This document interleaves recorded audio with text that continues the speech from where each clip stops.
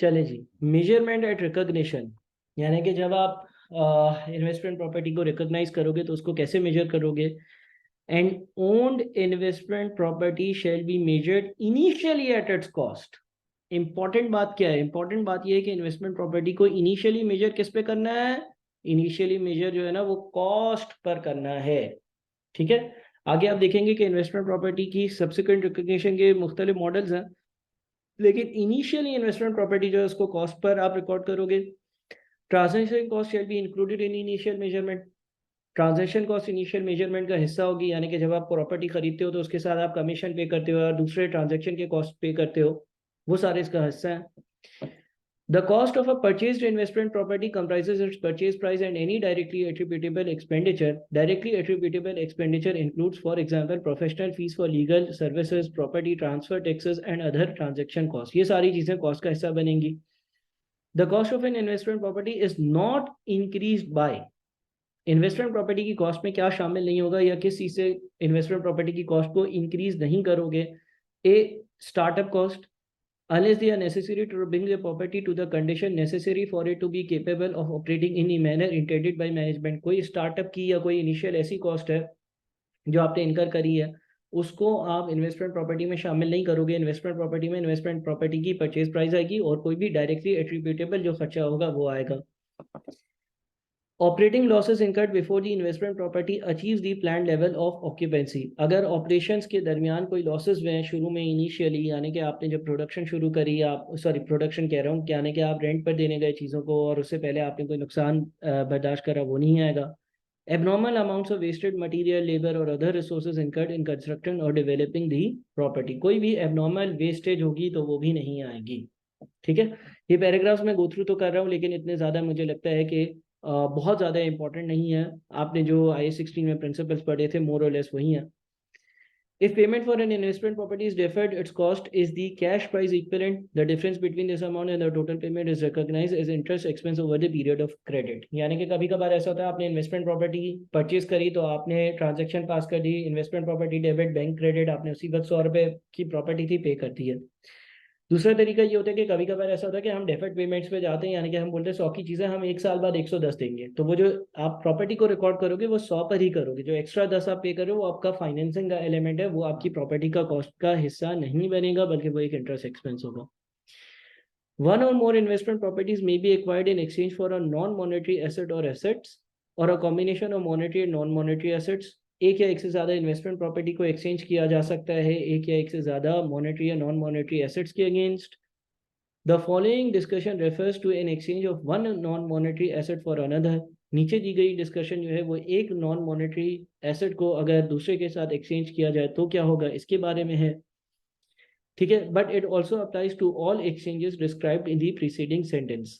अच्छा, अब ये जो यहाँ पर कहानी लिखी हुई है इसमें आपको ये तरीका बताया हुआ है कि कभी आपने कोई इन्वेस्टमेंट प्रॉपर्टी खरीदी और उसके अगेंस्ट आपने जो है वो कंसिडरेशन मॉनेटरी फॉर्म में नहीं पे करी बल्कि नॉन मॉनेटरी फॉर्म में पे करी, तो क्या होगा और किस तरह से इन्वेस्टमेंट प्रॉपर्टी को अपनी बुक्स में रिकॉर्ड करा जाएगा। The cost of such an investment property is measured at fair value. कोई भी ऐसी इन्वेस्टमेंट प्रॉपर्टी जिसमें आपने नॉन मॉनेटरी कंपनसेशन दी होगी उसको आप फेयर वैल्यू पर मेजर करोगे, unless the exchange transaction lacks commercial substance or the fair value of neither the asset received nor the asset given up is reliably measurable। unless के उस transaction में कोई commercial substance नजर ना आए, यानी कि कोई मसला नजर आए या फेयर वैल्यू कैलकुलेट नहीं हो रही है। बहरहाल इसको, इस पैराग्राफ को हम बाद में देख लेंगे, ये हमारे पास वैल्यूएशन के लिए है। An entity determines whether an exchange transaction has commercial substance by considering the extent to which its future cash flows are expected to change as a result of the transaction। An exchange transaction has commercial substance if ये conditions होंगी तो commercial substance होगा, otherwise नहीं होगा। फिर हम कैसे value करेंगे वो पैरा 27 हमें बताता है, लेकिन हम बाद में देख लेंगे। For the purpose of determining whether an exchange transaction has commercial substance, the entity specific value or the portion of the entity's operations affected by the transaction से reflect post tax cash flows, ये भी छोड़ देते हैं।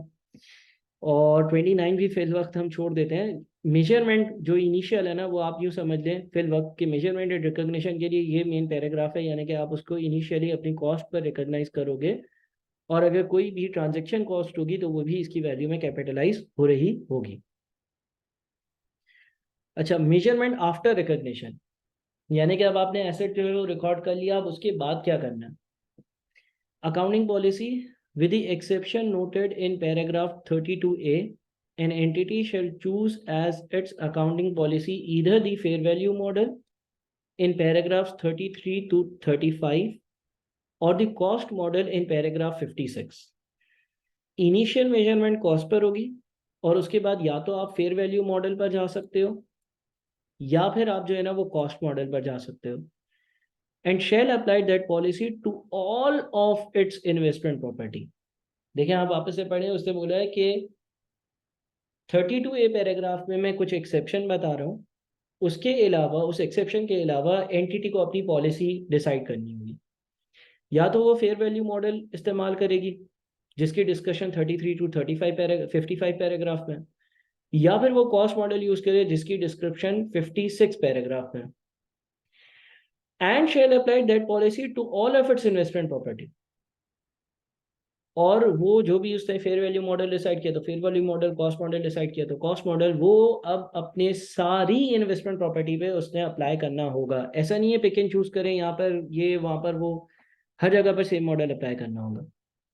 IAS said accounting policy, change in accounting estimates and error states that a voluntary change in accounting policy shall be made only if the change results in the financial statements providing reliable and more relevant information about the effects of transactions, other event or condition on the entity's financial position, financial performance or cash flows. It is highly unlikely that a change from the fair value model to the cost model will result in a more relevant presentation. IAS 8 जो है वो आपको ये बोलता है कि आप accounting policy को चेंज कर सकते हो वॉलंटरली, यानी कि अपनी मर्जी से, अगर आपको यूँ लगता है कि उस चेंज की वजह से इंफॉर्मेशन जो है वो ज़्यादा रिलेवेंट हो जाएगी, फाइनेंशियल स्टेटमेंट्स की रिफ्लेक्शन जो वो चीज़ें दिखा रहे हैं वो ज़्यादा बेहतर हो जाएगी, शेयर होल्डर्स जो है वो उनके लिए ज़्यादा बेहतर है।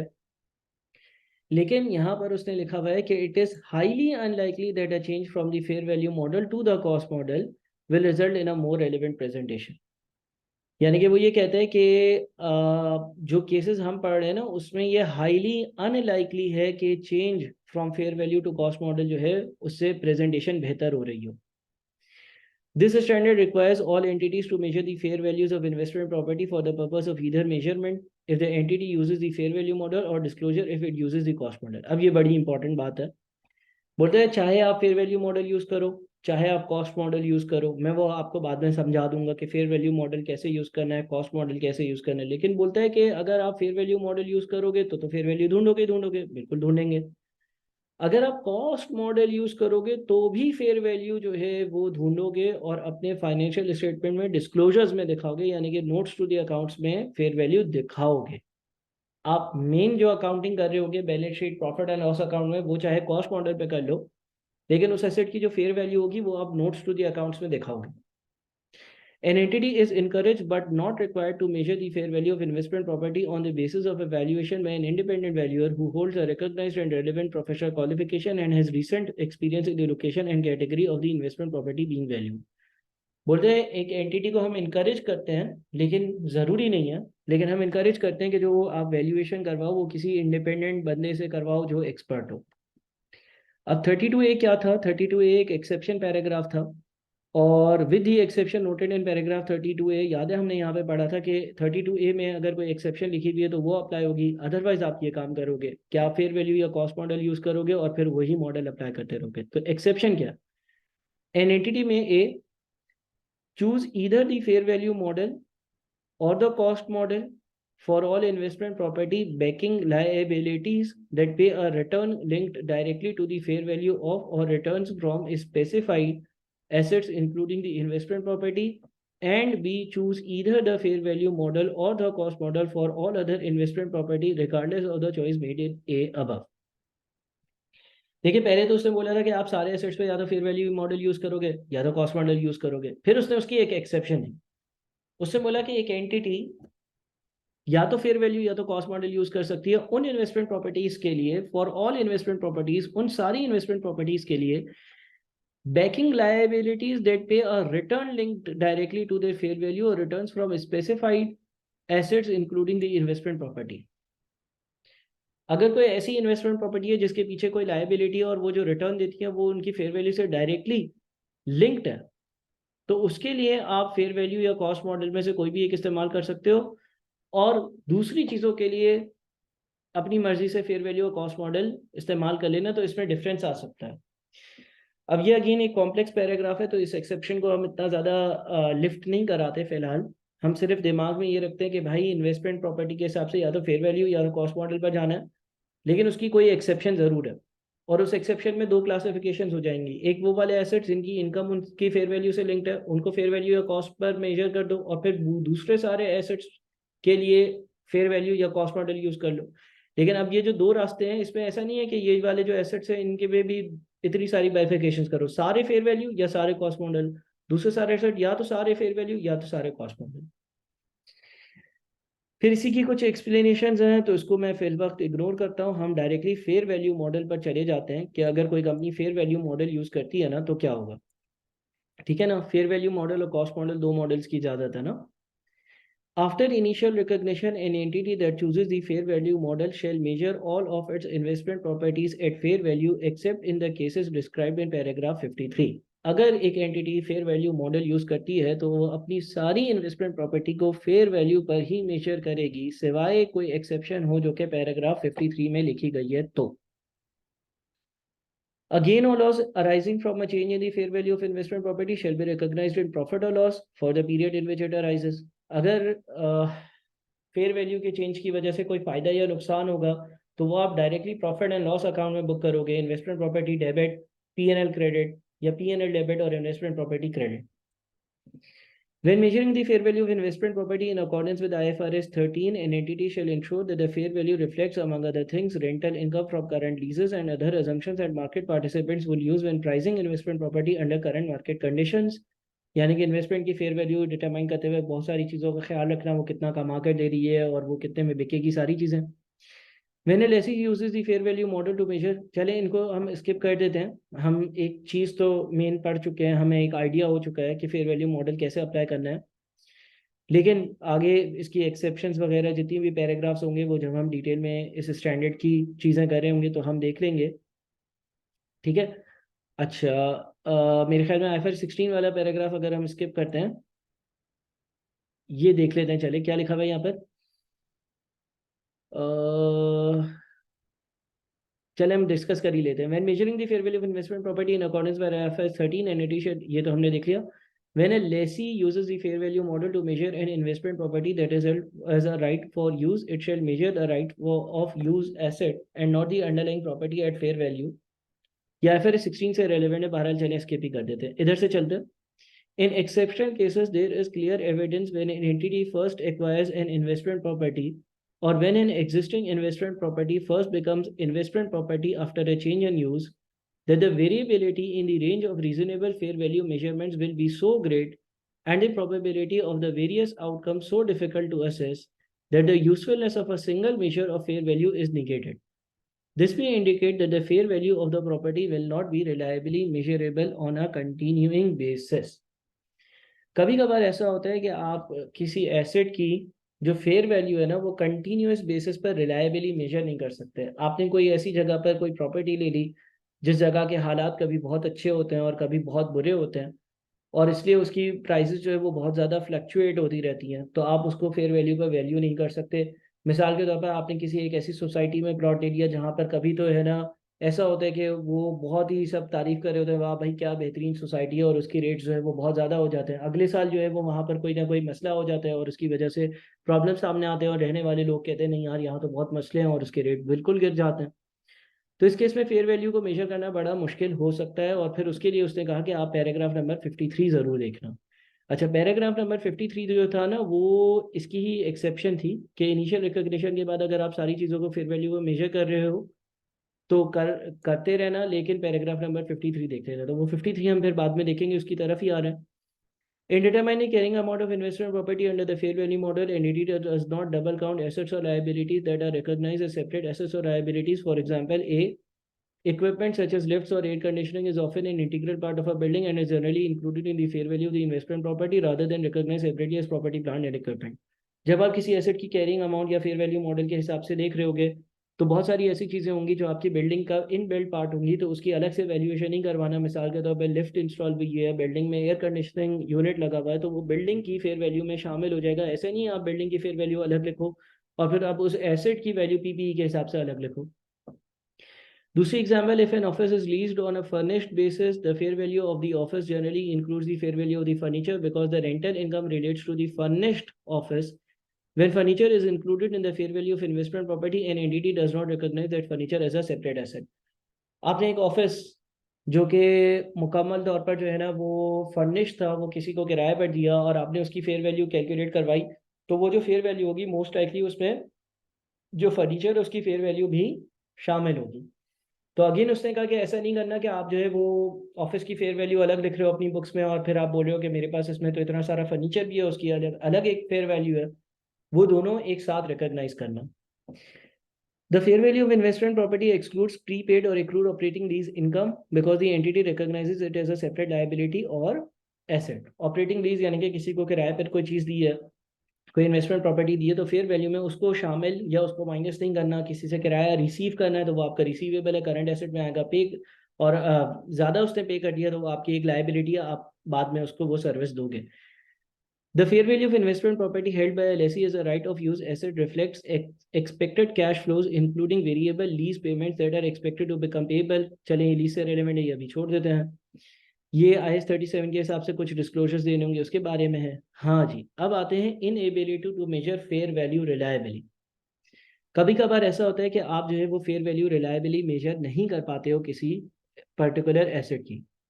There is a rebuttal presumption that an entity can reliably measure the fair value of an investment property on a continuing basis. आम हालात में हम ये एज्यूम करेंगे कि एक एंटिटी जो है वो किसी भी एसेट की फेयर वैल्यू बड़े आसानी से कैलकुलेट कर सकती है। However, in exceptional cases, there is clear evidence when an entity first acquires an investment property or when an existing property first becomes investment property after a change in use, that the fair value of the investment property is not reliably measurable on a continuing basis. लेकिन कभी कभार ऐसा हो सकता है, इस चीज़ का evidence मिल सकता है कि एक इदारा, एक कंपनी, एक एंटिटी जो है उसने जो इन्वेस्टमेंट प्रॉपर्टी खरीदी उसकी फेयर वैल्यू जो है वो रिलायबली मेजरेबल नहीं है कंटिन्यूइंग बेसिस पर। This arises when and only when the market for comparable property is inactive. Example, there are few recent transaction price quotations or are not current, or observed transaction prices indicate that the seller was forced to sell, and alternative reliable measures of fair value, for example, based on discounted cash flow projections, are not available.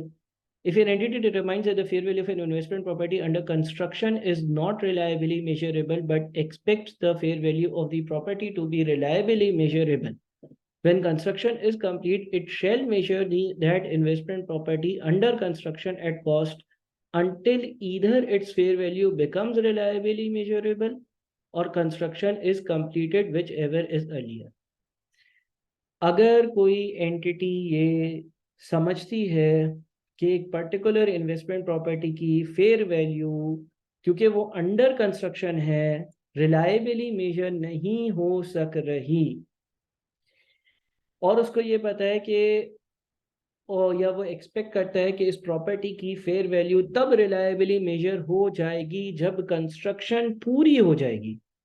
अभी construction चल रही है, अभी मुझे नहीं पता यार इस चीज़ की फेयर वैल्यू कितनी है। अलबत्ता जब मुझे पता है कि जब ये इन्वेस्टमेंट प्रॉपर्टी जिसकी कंस्ट्रक्शन चल रही है, इसकी कंस्ट्रक्शन एक बार कंप्लीट हो जाएगी, एक बार ये तैयार हो जाएगी, तो फिर मुझे इसकी फेयर वैल्यू जो है उसका अंदाज़ा हो जाएगा। उस केस में it shall measure the investment property under construction at cost. उस केस में आपको इजाज़त है कि इस कंस्ट्रक्शन प्रॉपर्टी को आप अपनी बुक्स में कॉस्ट पर रिकॉर्ड करोगे जब तक कंस्ट्रक्शन हो रही है, और फिर फेयर वैल्यू पे कब लेकर जाओगे, until either its fair value becomes reliably measurable और construction is completed whichever is earlier.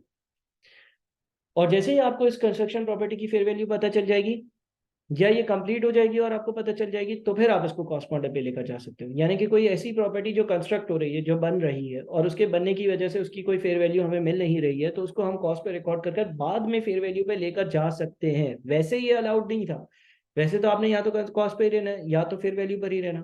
लेकिन यहाँ पर इससे बोला कि भाई अगर आप इनिशियली कॉस्ट पर थे, क्योंकि एसेट कंस्ट्रक्ट हो रहा था, एक बिल्डिंग बन रही थी और ऐसी ही बनती हुई बिल्डिंग की वैल्यू, फेयर वैल्यू मिल नहीं रही थी, बाजार में पता ही नहीं चल रही थी, और ये आपको पता है कि ये बिल्डिंग पूरी बन जाएगी, तो फिर मैं दूसरों से कंपेयर करके फेयर वैल्यू कैलकुलेट कर सकूंगा। तो इनिशियली आप कॉस्ट पर और बाद में उसको फेयर वैल्यू पर ले जा सकते हो। If an entity determines that the fair value of an investment property other than an investment property under construction is not reliably measurable on a continuous basis, the entity shall measure that investment property using the cost model in IAS 16 for owned investment property or in accordance with IFRS 16 for investment properties held by a lessee as a right of use asset. The residual value of the investment property shall be assumed to be zero. The entity shall continue to apply 16 or IFRS 16, IAS 16 or IFRS 16 under disposal of the investment property. अगर एक entity को यूं लगता है कि किसी particular investment property की fair value जो है वो मेजरेबल नहीं हो सकती, if an entity determines the fair value of an investment property other than an investment property under construction, investment property under construction का तो ऊपर बता दिया, लेकिन उसके अलावा अगर कोई इन्वेस्टमेंट प्रॉपर्टी है जिसका कंपनी को यूं लगता है कि फेयर वैल्यू जो रिलायबली मेजर नहीं हो सकती है, ऑन अ कंटिन्यूइंग बेसिस यानी कि हर कुछ लम्हे बाद, हर कुछ टाइम बाद, हर रिपोर्टिंग पीरियड एंड पर, तो एंटिटी उस तरह की इन्वेस्टमेंट प्रॉपर्टी को IAS 16 या IFRS 16 के हिसाब से कॉस्ट मॉडल पर वैल्यू करेगी। द रेजिडुअल वैल्यू, उसकी रेजिडुअल वैल्यू हम जीरो एज्यूम करेंगे, और इस तरह से हम करते रहेंगे until disposal of the investment property, जब तक उसको डिस्पोज ऑफ नहीं कर देते। फिर लिखते हैं, once an entity becomes able to measure reliably the fair value of an investment property under construction that has previously been measured at cost, it shall measure that property at its fair value. Once construction of that property is complete, it is presumed that fair value can be measured reliably. If this is not the case, in accordance with paragraph 53, the property shall be accounted for using the cost model in accordance with IAS 16 for owned assets or IFRS 16 for investment properties held by LSE as a right of use asset. अगर कोई एक ऐसी construction property है जिसकी शुरू में fair value major नहीं हो सक रही थी और वो कॉस्ट पर है, और आपको पता था कि जब इसकी कंस्ट्रक्शन पूरी हो जाएगी तो इसको हम फेयर वैल्यू पे लेकर जा सकेंगे, लेकिन फिर बाद में ऐसा पता चला कि वो भी नहीं हो सका, तो आप फिर उसको IAS 16 के हिसाब से कॉस्ट मॉडल या IFRS 16 के हिसाब से कॉस्ट मॉडल पर रखोगे। The presumptions that the fair value of investment property under construction can be measured reliably can be rebutted only on initial recognition. An entity that has measured an item of investment property under construction at fair value may not conclude that the fair value of the completed investment property cannot be measured reliably. इसी के बारे में कुछ paragraphs हैं। Paragraph 55 देख लेते हैं, ये कहीं ऊपर हाईलाइट भी हुआ था, हाईलाइटेड पैराग्राफ भी है। If an entity has previously measured an investment property at fair value, it shall continue to measure the property at fair value until disposal or until the property becomes owner occupied property or the entity begins to develop the property for subsequent sale in the ordinary course of business, even if comparable market transactions become less frequent or market prices become less readily available. अगर किसी entity ने previously कोई investment property को fair value पर रखा हुआ था, तो वो इस चीज़ को कंटिन्यू करेगी, वो अपनी इन्वेस्टमेंट प्रॉपर्टी को फेयर वैल्यू पर ही मेजर करती रहेगी अंटिल डिस्पोजल के वक्त तक, या तब तक जब तक ये प्रॉपर्टी ओनर ऑक्यूपाइड प्रॉपर्टी नहीं बन जाती। और कोई प्रॉपर्टी ओनर ऑक्यूपाइड प्रॉपर्टी बनने का मतलब ये कि ओनर जो है वो खुद उसमें अपने एडमिनिस्ट्रेटिव या दूसरे फंक्शन शुरू नहीं करता, लेकिन आगे जाकर ये आइस बताएगा कि इन्वेस्टमेंट प्रॉपर्टी से ओनर ऑक्यूपाइड प्रॉपर्टी में कोई प्रॉपर्टी को ट्रांसफर करते हैं तो क्या कंडीशंस मीट करनी है, और इसी तरह कंटिन्यू रहेगा। अब अगली वीडियो में हम कॉस्ट मॉडल इंशाल्लाह डिस्कस करते हैं।